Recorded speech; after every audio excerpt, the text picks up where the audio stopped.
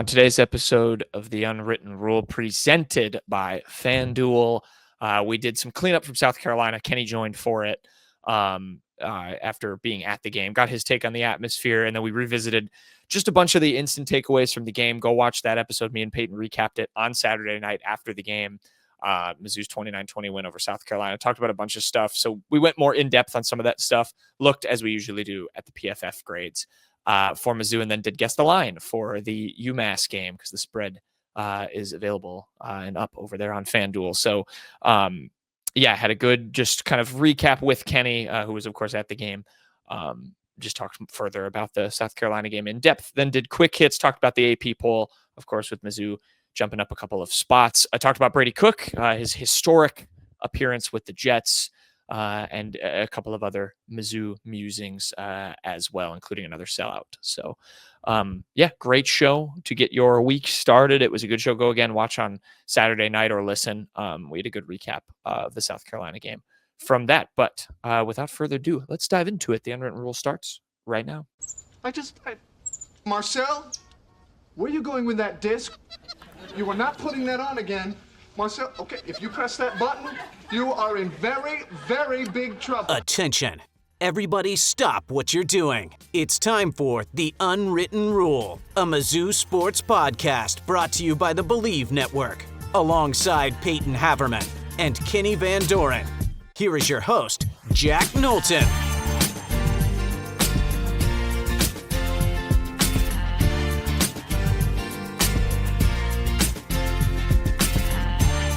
Welcome back to The Unwritten Rule. Today is Monday, September 22nd, and we have all three of us back. We are doing some cleanup from Mizzou's 29-20 win over South Carolina.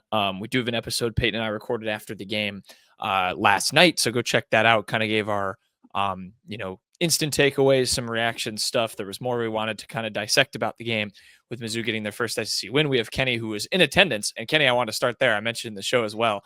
I always gauge your thoughts. How was the atmosphere? It sounded very loud. Like I was watching college football all day, and Mizzou, obviously, paying a little more attention to Mizzou, but it felt like their venue stood out from the games I was watching on the TV in terms of noise. It was another sellout. How was it being in the press box with the environment and just the Mizzou fans showing out for a Mayor's Cup W? I want to get the firsthand account from you on that game. Of course, not as comparable to Kansas in that sense. I said it on the podcast here. When you go to Kyle Field, they tell you the press box will shake. It wasn't like that at the Kansas game, but you could still feel like the noise and the energy from the fans through those glass windows. And I think one of the big things that I want to see, like moving forward, maybe when I sit in that press box, is open the window, kind of hear that a little bit better, kind of feel the atmosphere a little bit better, especially if the weather kind of cools down these next couple of times. But I think Mizzou did a good job of really directing the fans. I think in this game too, they did a bunch of times during TV timeouts. They would turn the lights off in the stadium. They tell everyone to put their lights on. There's a lot of the Mr. Brightside, a lot of sing along stuff too, and putting South Carolina fans on the board, getting people to boo them, and then showing the construction workers sitting in the north end zone and getting everyone to cheer for that. So I think it was a great atmosphere altogether. I think it's a little bit comparable to the Oklahoma game last year. I think the Oklahoma game was even wilder than that, just with how that game ended, especially. Right. And that was also blackout. And they're gonna have another one in November. I think they're really banking on a night game for that Texas A&M matchup in early November. And so I think it'll be fun to kind of compare those at the end. How those really compare to each other, because in the sense the Texas A&M game might be a tougher opponent. Yeah, it definitely could. Texas A&M, we have the AP people and quick hits, but they look good. Yeah, it's fun getting that read on the game, and I know you get to go down on the field, and that's a good chance to look at the atmosphere as well. So we'll roll right into it. Obviously cleaning some stuff up. Me and Peyton talked about a bunch of stuff with the game itself, but we primarily use PFF for this, just to kind of give our last lingering thoughts from Missouri's last game. They come out with some good grades that give a little bit more of an insight that we can glean as opposed to just what we see. The eye test versus numbers. It's an eternal debate. This is funny, you guys. When I look at the overall numbers for the team and where they ranked in all the major PFF categories, this was their worst game in almost every department from PFF. It's their worst overall grade, 72.5.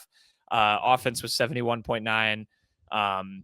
Their best grade of the day was actually run defense at 83.9, which is not shocking when. Gee, I wonder why. Negative 6 yards rushing. Passing grade was 55.4. That was the worst. Negative grade. 9. Don't cut Mizzou short. Was it negative What 9 did or he negative say? 6? 6. It's 9. I thought it was 6. No, it was 9. Was it 9? Okay, my bad. It was 9. Sorry, I won't cut Mizzou short. Negative 9 yards. Passing was their worst grade overall as a team at 55.4. I almost want to start with. I kind of want to start on offense because I kind of want to get Kenny's take on this, because you look at the grades for the running backs. Obviously, running grade is pretty subjective. You can tell a lot of things from the eye test. But Jamal Roberts, Ahmad Hardy, 77.5, 73.4. That was that was Roberts and Hardy respectively. Kenny, I'm going to ask you the same question I floated to Payton in the recap. Are we building the case, or has the case been built already that Missouri has the best running back in the country? Because I think the evidence is starting to stack up pretty hard in Ahmad Hardy's favor. Yeah, I don't think anyone is building it. I think it's already built. When you get that, national guys talking about him, even NFL scouts saying like it's not fair that he has to play one more year of college football and they want him to be in the NFL draft this spring. I think everything's kind of built up for Ahmad Hardy, which is pretty insane to see. A guy who was playing at the Sun Belt level last year and is now in conversation to be the best running back, not even just in the SEC, but in the entire country. A lot of comparisons over the last couple of days on social media with Jeremiah Love. And I think someone pointed out that Ahmad Hardy's yards after contact this year is more than Jeremiah Love. So it's one of those things where there's a lot of people recognizing that Mizzou really has a force in the back end. And I really loved what he said about Tim Tebow too. And they brought it up to him in the press conference. And he was just like, yeah, I know Tim Tebow is. Thank you. Like, he was just like that. That's pretty cool that, Tim Tebow is, talking about him being the best running back in college football and a Heisman candidate too. And I think he's, proven a lot of people wrong in an aspect where, he put up all these great numbers at the Sun Belt level, and he's really translating well to the SEC already in his first game. And it's not like, South Carolina was necessarily a pushover, even though the team was 2-1 with a loss to Vanderbilt, which is, a surging team in the SEC. He still did well in his first true SEC contest with Missouri, and I think it's only up from here for Ahmad Hardy. Yeah, me and Payton agree with you. We talked a lot about that last night, and yeah, it's pretty impressive to see. I know Drinkwitz said something of like even he can't believe he's doing this well to start the season. Like I think we all relatively knew what we were getting in Ahmad Hardy. Everyone was very excited for him, but I think he's still greatly surpassed any expectations that even the most probably optimistic people could throw on him. He's been just exceptional. Payton, I will kick it to you now. You're I guess less than 24 hours after the game, given it was at night, but you've slept on some of those performances, gotten to look at the PFF grades, I'm sure yourself. What was still standing out to you? I know there was some things we wanted to revisit with the offensive and defensive lines in terms of how some individuals did. What numbers stick out to you? What additional takeaways do you have from that South Carolina game? Yeah, I went back and watched a lot of, not of the game. I'm not going to say I went and watched all 22 angles. I went and watched the highlight package, which was about 20 minutes. It was a good highlight reel from ESPN of this game. I think Kenny knows exactly where I'm going first because I couldn't stop texting him about it. I got to talk about Curtis Pegler in this game. For one, you look at the PFF numbers, pretty solid overall grade. He had just an overall grade of 61.4. Not bad. Certainly not great, but not terrible. But boy, oh boy, he had an excellent day pass blocking, 85.2. One thing I also noticed in this game, he rotated in a few series. I don't know why this was. Obviously, I'm not on the sideline making these calls. But him and Tristan Wilson actually rotated at right guard a little bit, it looked like. And you can see in the snap count, too, the rest of the offensive line all had 79 snaps. Pegler at 61, Wilson at 18. I don't know if maybe that was just to keep Pegler a bit more fresh. If that was the reasoning, whatever it was, it worked because I thought Pegler actually had one of his best games. There were a lot of plays that required Peagler to pull and kind of have a key block. He pancaked the guy, I think, on the last or second to last drive. One of the last critical drives I think that Mizzou scored on. He had a pancake. I thought Peagler was excellent in this game. Jayven Richardson, I was curious about what his grade was. He was just fine. But honestly, considering what we had heard about the left tackle position coming into the year, and him having to step up on 2-day notice, I thought Jayven Richardson played very well. I think you have to be very thrilled. Mizzou posted a photo of him, I think, getting lifted up on his teammates' shoulders after the game. So props to Jayven Richardson. I really did think he played decently well. Only other thing I'll point out for the defense quick, and then we can just bounce around a little more. I went back and watched the highlights, like I said, and one thing I noticed, we talked last night that we thought Jalen Catalon was not playing his best. I still do believe that. I think Jalen Catalon can be better, but I'll tell you what, a lot of those plays I don't actually think were on him. That second touchdown drive South Carolina had, where it just looked so easy, where him and Drayden Norwood were kind of looking at each other. I now 100% believe that's on Drayden Norwood. Jalen Catalon, the commentators actually, they showed this in the highlight. Commentators pointed out Jalen Catalon was kind of in a bind there. He either had to take the inside guy or take the outside guy and leave the inside guy wide open. Catalon looked like he was going to keep the inside guy. Drayden Norwood thought he'd have safety help.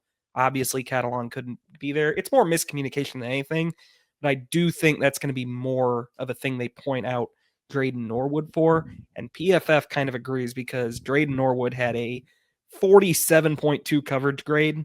That's real bad. That's third worst on the team. Catalon didn't have a stellar coverage grade, but it was a much better 66.1. Also, shout out Marvin Burks, maybe having his best game in 2 years in this one. Graded out really well on PFF. A lot of the times when there's those breakdowns in the secondary, he's the culprit. I don't think that happened last night with him. Kenny, I'm curious your thoughts on that. What you guys, maybe you and Kyle are noticing up in the press box with that as you watch this game with the secondary, because that is interesting. Payton, you point out with the PFF grades, and I do think there are some serious miscommunication or just communication in general issues with the secondary, and that's going to have to be resolved. I mean, Drinkwitz seemed to lay into it pretty good in the press conference with some of the quotes I was reading with, really getting on the coaches about improving on that. Do you agree, Kenny, with that? Those kind of takes? Is that what you guys kind of observed as you watched this game? It seems like PFF, reflects, maybe Drayden Norwood in particular has to work a little bit on that communication stuff.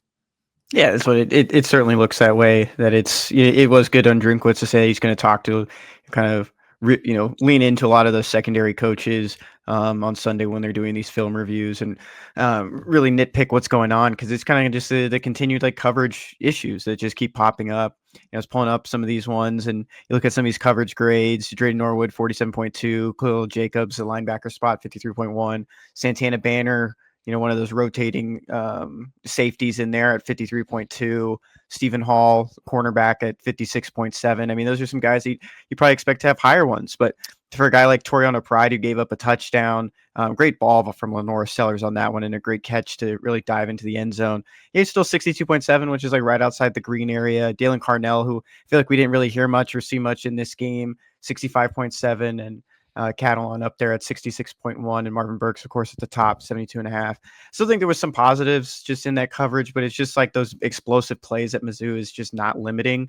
And I think that's just a thing that's just been brought up since 2022, even when Blake Baker was the defensive coordinator, is that one of the biggest things is they just cannot let wide receivers beat them over the top. And it just kind of kept happened multiple times, twice for touchdowns on the right side of the field, with Lenora Sellers throwing. And it's just something they're going to have to figure out, because once they play Texas A&M, there's a lot of fast wide receivers on the Aggies. And if these cornerbacks are going to get burnt so easily and the safeties aren't going to be able to help, it's not going to. Ryan Williams in 2 weeks. In 2 weeks too, yeah. So I mean, a lot of the SEC competition, they have to figure it out before they face a lot of these more elite wide receivers in the SEC.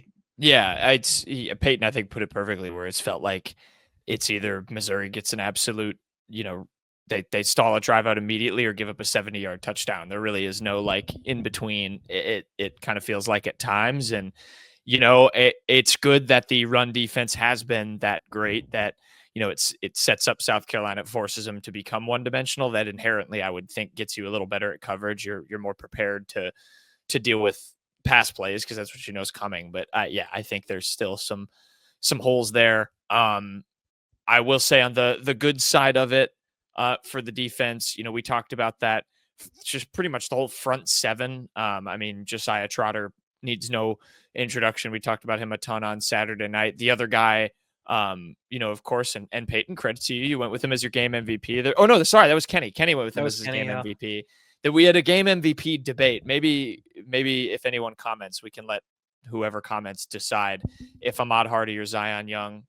I think it's probably Hardy, but Payton picked Ahmad Hardy. Kenny picked Zion Young, who both had monster games. Young, obviously, you would say led the team in pass rush grade, 74.1, 76 tackle grade, 73 run defense grade, 78 defensive grade. A lot of green on PFF for him. 9 total tackles. They gave him a sack, 6 quarterback hurries, which I believe that stat or one of them. I was trying to find it ranked pretty high among all players. Yeah, his quarterback hurry is the 6th, is tied for 4th among all defensive players last week. So he was absolutely getting after it. And I think the rest of that front seven was as well. And that's, we know about the run blocking stuff, but I think this team's ability to rush the passer, even without getting sacks, and make quarterbacks, especially good quarterbacks like Sellers, work for those completions is going to be huge going forward. I don't know if you guys have any additional D-line takes or guys you want to shout out, but Zion obviously seems like he takes the cake for that game. Yeah, nobody.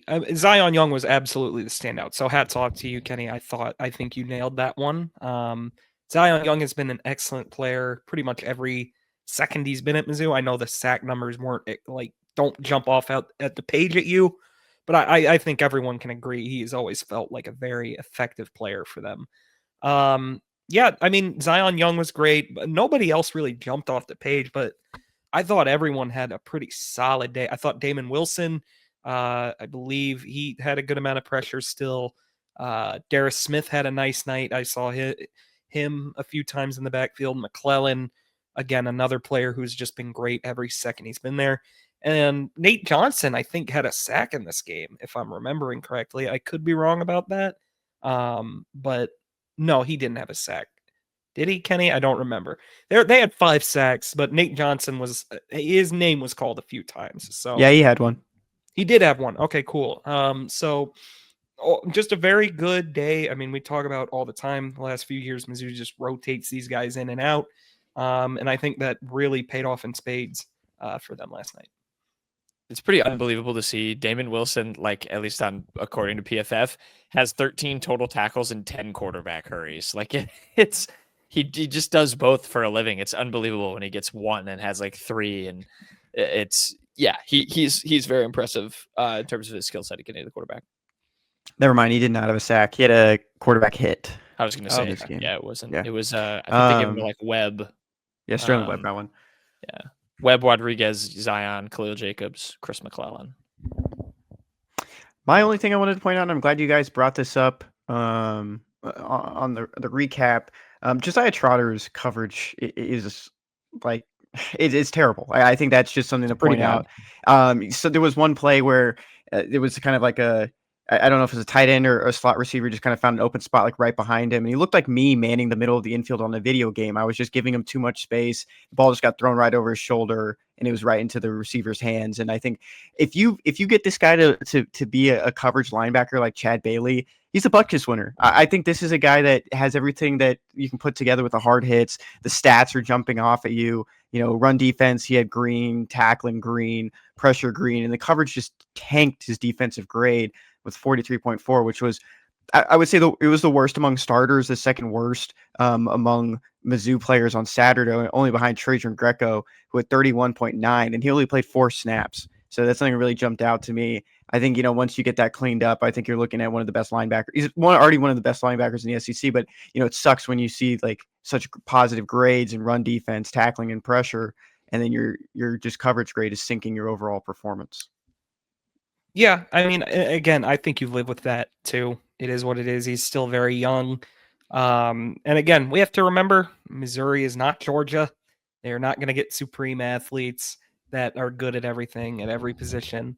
But I mean, you're absolutely right, Kenny. If he can become even passable in coverage, which is something he's going to have to do if he wants to take his game to the next level, because Missouri can't just not ever have him be in a position to never cover a guy. It's going to have to happen. Yeah. You can't just leave. You can't get mad at Corey Batoon because occasionally he has to have Trotter cover somebody. It's going to happen. He's got to be a little better at that. But it is what it is. I think he had just live with that right now. He still makes plays all over the field, especially in the run game. But Kenny's right. I mean, if he can become a decent enough pass coverage linebacker, he's going to be winning many awards and probably playing a lot of years on Sunday. Yeah, he definitely has it in terms of all of the other stuff. But yeah, it was tough seeing him get stuck on an island from time to time. So yeah, it just comes down to a scheme thing and a little bit of self-improvement there, but we'll see. It's Josiah Trotter, so if you trust him, I think if there's anyone you trust to do it, it's probably him. Any other notes on the other side of the ball for you guys? I was looking more at the blocking. Jadis was actually Mizzou's best pass blocker on the day, 86.1. That was top 40 among offensive linemen, by the way, last week. Yeah. Again, really good day for pretty much everyone in pass blocking. Keegan Tross was great. Piegler was great. Jadis was great. I like too, Payton. Like Ahmad Hardy was fourth with a 73 pass blocking grade. Him and Roberts had some big chip blocks. There was one play in particular in goal to go, I believe, where he lit a guy up, and that's good to see because he was not good at it the first few weeks, and I think it prevented him from being on the field as much as he could have been. And this is not me taking anything away from Jamal Roberts, who also had a great game. But Jamal Roberts, they clearly trust more as the third down guy to pick up a blitz and everything, even though last night Roberts had a horrible pass block grade and Hardy had a pretty good one. It's encouraging to see for Hardy, and that's something that's only going to serve him well just going forward and serve Missouri well going forward. Again, they shouldn't phase out Jamal Roberts, who also all of a sudden has just taken his actual running of the football to the next level. But that was something I noticed as well. The only thing I wanted to touch on, Bo Perbula, I kind of expected him to have worse passing grades, but I'm actually pretty pleasantly. I'm pleased. I'm not pleasantly surprised. I would say, but it was only a 55.4, but I thought it could have been worse. Very good day running the ball. I thought he had some really excellent decisions scrambling the football. He'll have to get better. Obviously, in certain games, there will be games where he's going to have to drop back and beat a team through the air. I don't think he was horrible throwing the ball yesterday, but he's still very much, I think, a run first guy. Like his main, he's not going to have a whole ton of Kansas games, I think, in SEC play. The only things I wanted to add, I thought this day would be kind of a big one for Jordan Harris, just with Jayven Richardson taking over a left tackle in the first play of the game. Jordan Harris was in the slot, moved into motion, and helped block on that left side. I thought you would probably see a good amount of these tight ends, even like PFF, I think, messed up a couple of these ones and listed some snaps as left tackle snaps for some of these tight ends, especially Vince Brown, who got 3 snaps in this game, and it says it's at left tackle. Oh, yeah. And so the one thing that just kind of jumps off the page for me is that, you look at the offensive numbers, Marquise Johnson led the team with 7 receptions, and then Josh Manning, Norfleet, and Coleman all had 3 respectively. With Brett Norfleet only getting 3 receptions for 35 yards, he did a good job blocking, like some of his best grades of the season. He graded out the highest he has all year at 71.6. Pass blocking 71.7, which is second behind Kansas, and then his best run blocking grade of the year at 62.7. I think that's good for a guy that you see primarily as a pass catcher, and you see those good blocking grades. I think that's a nice add when you kind of move forward into the season, especially when you uncertainty on when you'll get Caden Green back, and if Jayven Richardson's still kind of giving you like middle of the road offensive numbers, you can still really rely on some of your tight ends as blockers, even the ones that you probably going to see more as a pass catching option. Yeah, Jordan Harris, 69.3 pass block grade. That's another kind of pleasant surprise. He got dinged up too. He had the injury. He walked off the field, but he stayed down for a bit. I wonder how much that kind of impacted him, but you're right. And then to just go all the way full circle with what you said, Payton, at the start with Jayven Richardson, like, he was last technically in among Mizzou's starting offensive linemen in pass block and run block grade. And I think that's just a testament to how solid of a game the unit has as a whole. Because I did not notice him. He had one of those games. I don't think he had a bad day at all. Yeah, he had one of those games where it's like you always say with a punter, right? If you're not hearing his name, that's a good thing. And I think in the case for this particular week with him, you didn't hear his name called and didn't hear him in the spotlight at all. And I think that was more of a good thing, versus if he had gotten penalties and did anything undisciplined or anything like that. But yeah, great day overall for Mizzou. They get the 29-21. Wanted to clean some of that stuff up. And yeah, particularly with the secondary. That's a good note with Catalan. I'm going to be intrigued to observe, especially those first possessions, even against UMass, and then obviously going forward with Alabama. Mizzou UMass. Speaking of Kenny and Payton, before we go to quick hits, I'm going to do a quick guess the lines for you from FanDuel. FanDuel does have a line for Mizzou UMass. What do you think the spread is in that game for homecoming for the Tigers? 41.5. Okay. In favor of who? That's a good one. What score last year? 45-3. Yeah. I'm gonna say 52. Payton was closer. Missouri is 42.5-point favorites. The over-under is 54.5. You like that, Kenny? Boom. So there you go. Boom. Mizzou UMass. That's their next one. Yeah, we won't have. I'm going to say it already now. We will not have a post-game recap show for that because we will all be there, and it's UMass. So just being frank. I guess we did do them for. Well, we did for Central Arkansas. We didn't do it for Louisiana after the game, but yeah, we're not doing one for UMass. I'll put that gauntlet down. But yeah, we'll all be there. So an exciting one coming up for Mizzou UMass. Let's finish up the show, gentlemen. We will segue to quick hits. Got some other stuff to wrap up the weekend of football. Hold up.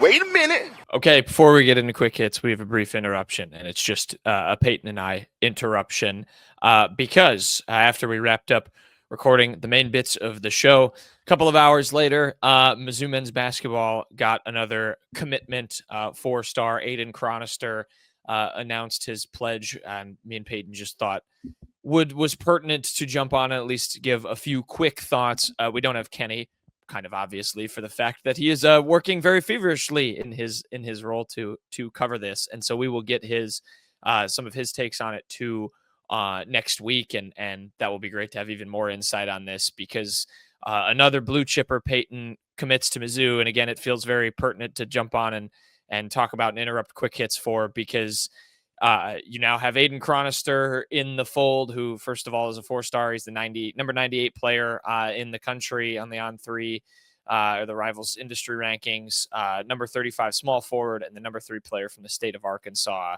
And so you add him to a recruiting haul that also includes Tony Bryan, who's the 18th player in the country, and Jason Crow Jr., of course, who's the 9th player in the country. And I feel like the headline here, Payton, we can talk a little bit about Chronister as well, but is the haul of the 3 of them together. I mean, this is one of, if not maybe, you can do the comparables with the numbers, and obviously, it all depends partially on how all 3 of these guys pan out. But on paper, one of the best recruiting hauls in the history of this program. Dennis Gates has continued to just recruit at such a high level, and Aidan Chronister, another example of that. The new school, by the way, where he goes is in Fayetteville, Arkansas, and he is from the state of Arkansas. So taking another player out of that area, which Dennis has been proven to do. This is another big deal get, Payton. Your reaction to it and what it means for Mizzou. Yeah, I mean, I don't know that you could call it the best recruiting class in Mizzou history just yet. I mean, they did have one that had Michael Porter Jr., Jonte Porter, and of course Jeremiah Tillman has 3 of the players in it. But I mean, this is certainly in a tenure that has featured numerous recruiting wins, this is certainly the peak of that summit so far. I think Chronister, I mean, we've talked about him a ton. I mean, Kenny has talked to Chronister a bunch and just knows a whole lot about the recruitment. He's not even, he's a top 100 guy, and he's not even like, he's like the third guy in the class, which it just speaks more to the class more than really. It's not a downplay on Chronister. It's just how good this class has been. Still a top 100 guy, depending on where you look. Actually, I have Tipton's graphic up on it. He has the 809 and counting part on it. If you're wondering like what that means, it Tipton clarified it. Mizzou offered Chronister 809 days ago, and that's how long they've been after him. So very cool to have like this class set up the way it is this early on. It remains to be seen probably what else they do. I know Tristan Reed is a guy we've talked about, and they're still after him. Maybe that's it. Maybe they're done at Chronister. Who knows? But if this is it, I think it's still a rock star class with 2 5-star guys, depending on where you look at it, and a pretty consensus. I don't know everybody's rankings, but pretty consensus top 100 player in Aidan Chronister as well.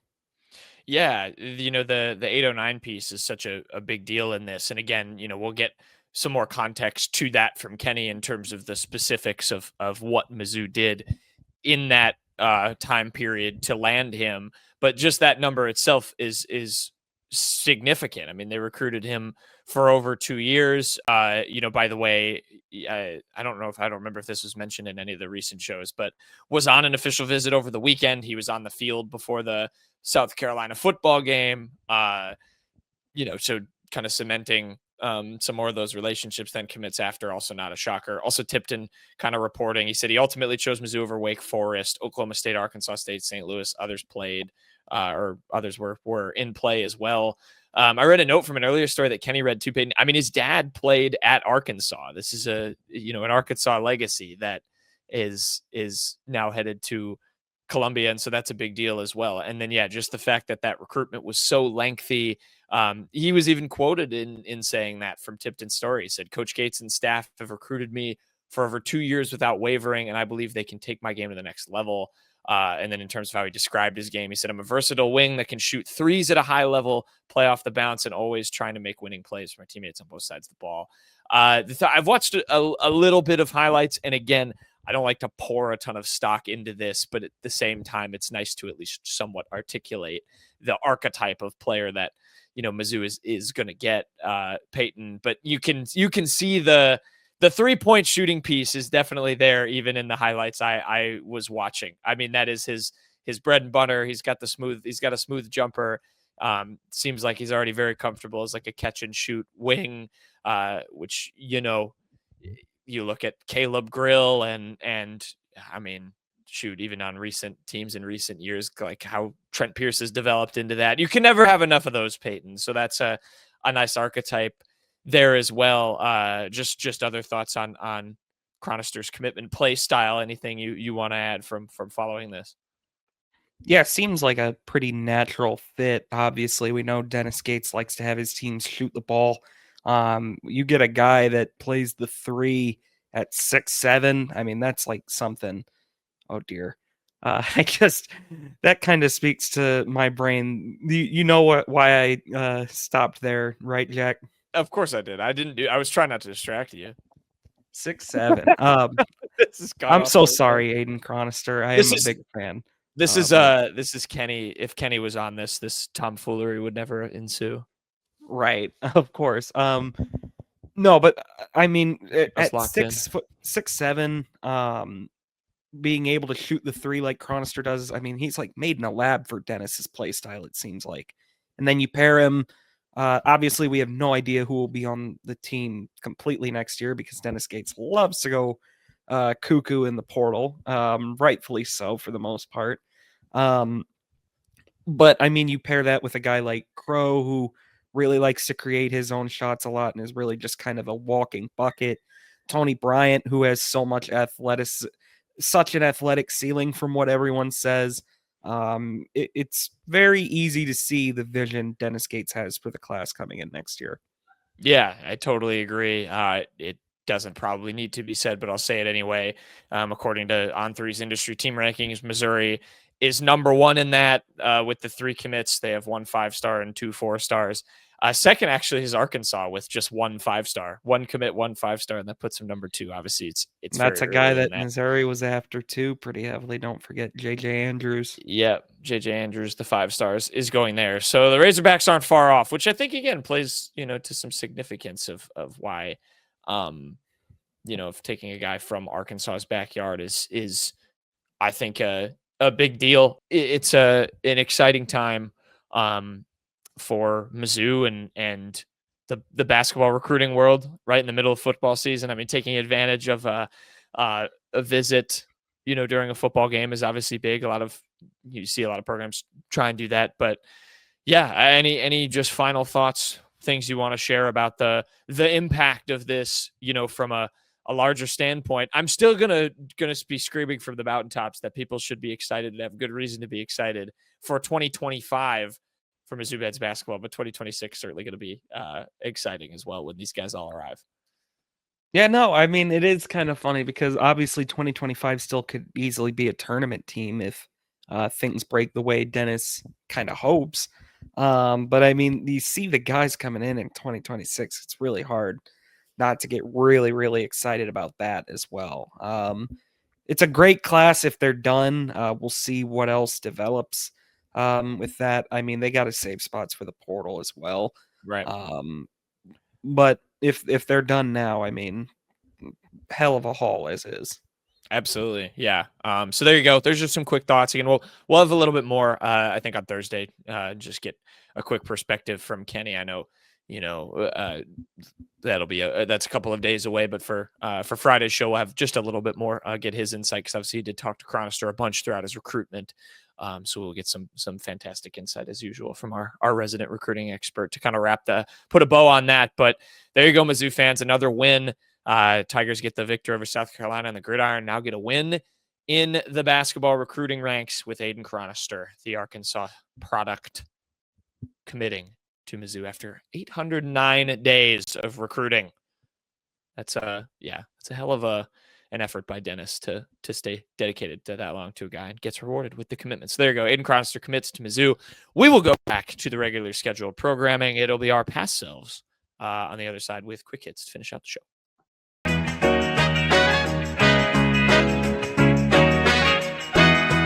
Okay, quick hits time. We'll finish out the show. We have no quiz this week. Our brains are feeling collectively tired. We're crunched for time. We'll make up for it next week. I was going to try and make a fun reason. You were going to lie. I was going to lie. I was going to make something up. We'll do. I'm not going to lie to my own grandmother. Grandma, we'll do 2 quizzes pressed for time. Or next no week. Quiz, unfortunately. We'll do 2 quizzes next week. Quick hits. Yeah. With Tigers in the Wild. Kenneth, your Tiger. Sorry. Tiger in the Wild is Bryce Mayer. He's the Astros 2025 minor league pitcher of the year, 16th round pick in 2024. Only 1 year with the Tigers, but very good year this year with the Astros. He went up all the way up to Double-A, started in Single-A, so went up 3 levels. He got put on the development list a couple weeks ago. Hit an innings limit. It's just kind of letting him finish out the year, but overall, really great year. First full pro season for Bryce Mayer. Congrats, Kenny. Are we gonna have? Well, we'll have to do some sort of, when the MLB postseason hits, some sort of tracker. Is there anyone from Mizzou off the top of your head? Scherzer. Oh, yeah. Yeah. So I guess maybe it's that's just the only one I know off the top of my head. That's not as fun, I guess. If you guys want numbers, 11.5 strikeouts per 9 innings, 4.11 ERA, and 87 2/3 innings, 1.17 WHIP. Great year, Bryce Mayer. Watching. Right on the YouTube. So there you go. 1, 2, 3. You saw it. Ken Payton, you're Tiger in the Wild. My Tiger in the Wild is going to be Harrison Mevis. He was back. He was back in town, back in Columbia. for the Mayor's Cup game against South Carolina. He hit Big Mo before the game, guys. It's so cool to see Harrison Mevis back, who you could probably give quite a bit of credit to for kind of jump starting this era of Missouri Tigers football. I think you can trace a lot of that back to that kick he hit against South Carolina, against Kansas State. The rabbit hole butterfly effect of him hitting that kick, I think, goes way deeper than I think people conceive. That people fully understand. I think it's new. They put a photo of from that game inside the press box. I don't think it's on the kick. I think it's on the opening kickoff. But that was kind of like the turnaround for Mizzou football was that game, and I think that's why they did it. Is they put that photo from the Kansas State game. Mm-hmm. Okay, there you go. Now also college football video game lore accurate, Big Mo, because it's on the field until the Yep, that is true. Until the new stand is built. So there you go. Kenny, no, not Kenny. Me. You already said Jack Tiger in the Knowlton. Wild. I just thrown off because we didn't see the thing on the screen. My Tiger in the Wild is Brady Cook. He was on the bench. We're recording this right at the end of the Jets game. He did not get in for the Jets. He was QB2 because of the injury to Justin Fields. But pretty cool. Chaminade tweeted this, of course, where Brady Cook went to high school there in St. Louis. When Brady Cook, 20, takes the field Sunday with the Jets, he will officially become the first Chaminade alum to make an active roster for an NFL regular season game. Congrats, QB Cook. I believe you reposted this on Instagram. Pretty cool to see them be able to take pride in that. Obviously, would have loved to have seen him like thrown a pass or gotten a snap in the game, but I think a big achievement for him just to get on the sidelines. I know he was competing a little bit with Adrian Martinez to be that kind of QB3 there in New York. So you love to see it for Brady Cook and for Chaminade. There, it's kind of crazy because Chaminade's like a very well-known school. Like the fact that this is the first one ever kind of blows my mind. Yeah, more known for basketball and hockey over the last couple of years. It's just still wild that not one. Where did Kachuk and Tatum go? Was that Chaminade? Was that Chaminade? Yeah, that's why Tatum I said that, went to Chaminade. Yeah, that's why I thought it was. But I was like, I could for some reason I had for a second maybe they went to different schools, but that one. Sense. Jason Tatum lost to the Park Hill South Panthers in his final ever high school game. Park Hill South is where I went to high school. You've said that many a time. The one thing I wanted to throw this in as well. One thing that just kind of stands out to me when I see this, if Brady Cook was in the 2026 class, I don't think there's any chance he's going to Mizzou. I think, Mizzou would go after, a bigger time quarterback. And I think, even if Drinkwitz like in 2022 or 23, I don't think, he's taking Brady Cook over someone else. And I think that just kind of shows you like how far he came from a guy that, his only big time offer really out of high school was Mizzou and Barry Odom. Once there was a coaching change, he said, I'm committed to Mizzou. I wasn't committed just to Barry Odom. He was committed to the university entirely. So this is just a really cool moment just for St. Louis, Chaminade, and Brady Cook. Yeah. Awesome to see. Very fairy tale like. Headlines. Kenny, back to you. Before we get to the AP poll, I'll just point out the coaches poll, top 25, which comes out right before the AP poll. This is on the On3 website. Missouri moved up 3 spots to number 19. That's just 1 spot ahead in the AP poll. Nice to actually see Mizzou get a half decent bump because I thought like last week, like Vanderbilt got a very well-deserved bump after beating South Carolina. I did not expect Missouri to get the same treatment after beating that same opponent, but fair enough to the voters. They actually did. They did indeed. Payton, your headline. My headline is going to be not the AP poll. It's going to be that Mizzou football has announced yet another sellout. We were kind of wondering if they had sold this game out. I was pretty sure they hadn't, but homecoming against UMass has now sold out. Missouri announced it on Sunday. So there it is. That makes it 18 official now, if I'm not mistaken, because Alabama is also definitely a sellout already. Kansas State must just be so excited to go watch UMass. I know. Like their fans must just be elated. Go Wildcats, dude. Yeah, shout out to them for that. That's so great. Actually, in reality, Payton and I technically contributed to this. Yep. sellout. 'Cause I'm a we will be- Kansas State fan. we're just Kansas State Clearly. fans. My headline is indeed the Associated Press top 25 poll. Missouri, like Kenny mentioned, they were 19th in the coaches poll. That was one spot ahead of where they were in the AP, which is 20th. They moved up 3 spots after their win over South Kakalaka. The Gamecocks, of course, were not ranked and still are not ranked after losing. Did not even receive a vote after losing to Missouri. Was a interesting day in college football. New number 2, I think, with Miami at the top. Penn State, LSU dropped a little bit. Oklahoma's up to 7, future Missouri opponent. Other SEC teams, Georgia's 5, LSU's 4. A&M, who Mizzou also plays, is 9th. Texas is 10th. Vanderbilt, who Mizzou plays, is 18th. Alabama, 17th. Auburn dropped out. Only thing I'm interested in is Illinois still ranked. I would have to say I disagreed too. I didn't like that. Oh, didn't wow. like They that. still somehow are ranked. That is ridiculous. Yeah. Lost by 53. You do not deserve to be ranked anymore. I think I would have kept Auburn in. I think actually, I would have. Auburn deserved to be ranked still, and I don't think Auburn's all that great either. But man, I think the fact is you gave up 10 sacks and still were within 2 scores. That's impressive to me. I don't know.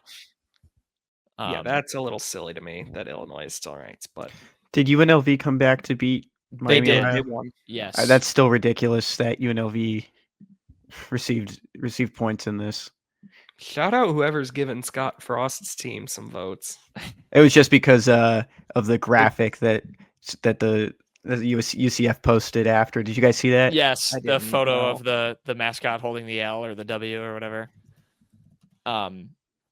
The other SEC team, Mississippi State, 102 votes. They're also lurking. Mizzou plays them at home as well. Yeah, they're good. They're not going to be kind of the. There's no weeks no off for pushover. Mizzou after UMass. It's such a weird year with the SEC. What it's turning into, where there's no Death Star. This team's going to win the national title, but there's a lot of just very, I think, good teams. There's the graphic. Do you get it, Payton? Yeah. No, I can't say. I didn't either at first. There you go. Do you get it now? Okay, I see. That's pretty good. It's good. I don't know that I would have voted for UCF for that post, but it's pretty good. Memphis beat Arkansas too. Huge result. Yeah, Arkansas is not good. That's probably the easiest game Mizzou has left. Yeah. Go figure. So there's an update on some future Mizzou opponents. All right. Okay, this one comes from our favorite TV series, The Today Show. Guys, what kind of bird works on a construction site? Layup. A crane. Yes, a crane. Well done, Nice Jack. It's a good one. A Maine bird. Play it. I like No Captain. He's the main bird. No, I like No Captain. He's the main bird. A Maine bird. With that, thank you, Sean East. We will send it off. Good weekend of football. Mizzou 4-0. We will have something. We'll probably do some sort of 4-week check-in. I don't know, in lieu of a UMass. Yeah, we aren't previewing UMass. You're gonna hear me from backstage. From the ether. Yeah, we aren't previewing UMass. Yeah, we'll figure out something. Maybe we'll give, I don't know, quarter of the season awards or something. We'll figure something out for Friday. But till then, thank you to FanDuel. Thank you to you all, the gracious viewers and listeners, for watching. Subscribe on the YouTube, Spotify, Apple Podcasts. We're available there as well. And we will see you next time.